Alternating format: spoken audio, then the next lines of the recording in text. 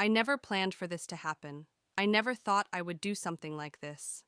But that night, the way I felt, I couldn't deny it. My life was ordinary and structured.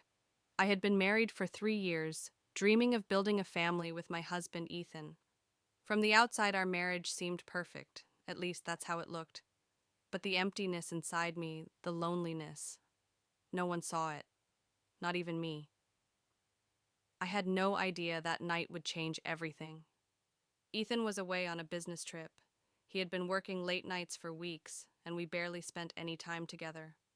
Feeling restless, I invited over an old friend, Jack. Jack was Ethan's best friend, and we had known each other for years. We used to be closer, but life had created distance between us. That night, we opened a bottle of wine, laughter filled the room, and memories came rushing back. Jack was always charming and witty. Around him, I felt comfortable, maybe too comfortable. As the night went on, something inside me shifted. The way he looked at me, the way he lingered a little longer when our hands accidentally touched. It wasn't my imagination. Sitting on the couch, he reached for his glass, and his fingers lightly brushed against mine. But neither of us pulled away. Time seemed to freeze, my heart pounded. This was a mistake. Any second now, we would snap out of it, pretend it never happened. But we didn't.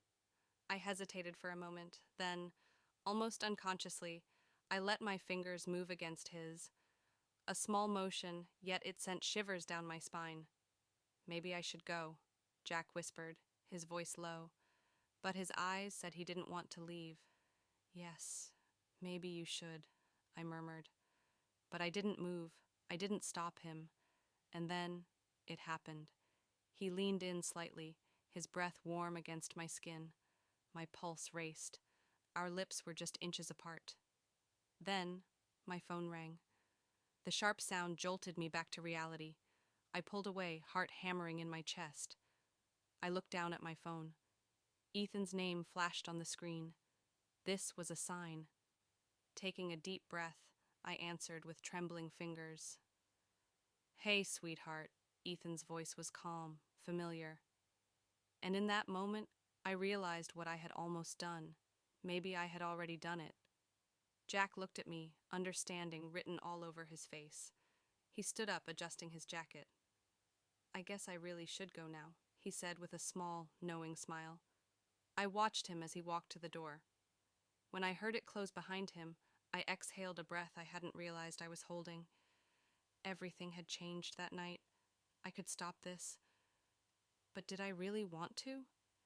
Because deep inside, a voice whispered, this was only the beginning.